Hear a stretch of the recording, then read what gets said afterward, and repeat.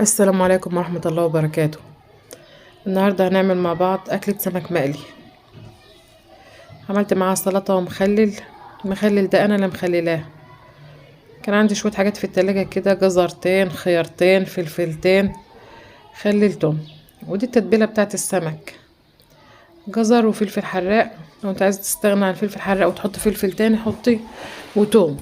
وضربتهم في الخلاط وحطيت فيهم ملحة عشان التتبيلة دي تقعد عندي كتير، وبتنفع مع كذا حاجة.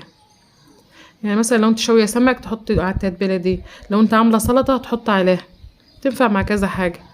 وعملت بطاطس مقليه عشان السمك كان قليل، وحتى لو مش قليل ممكن تعملي بطاطس مقليه، بس انا عملت عشان السمك كان قليل، حسيت ان هو قليل فقلت اعمل طبق بطاطس مقليه.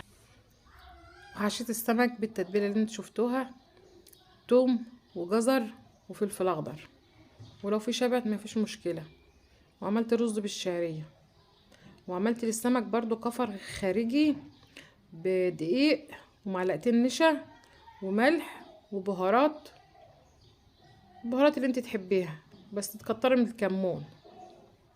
وده المخلل اللي انا عاملاه، اللي انا وريته لكم في الاول. شوفوا جماله.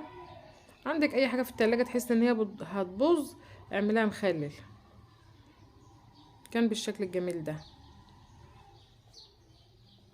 وعملت طبعا السلطه المخلل اللي انا عاملاه، والسمك والرز. هو مفيش اسهل من كده. اللي ما حطتش لايك تحط لايك، واللي ما اشتركتش في القناه يا ريت تشترك عشان يوصلها كل جديد. انا برضو رحت السوق عشان اخد فكره عن ملابس الاطفال. عندي هنا ومحمد توأم، عندهم 8 سنين او 9 سنين، هما في سنه تالتة. فرحت اخدت فكره عن الملابس وانا في السوق.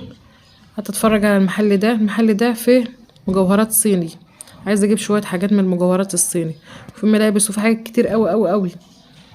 ورحت العصارة فيها كوكتيل ده انا هعمله، هبوريهولكم. وسلام.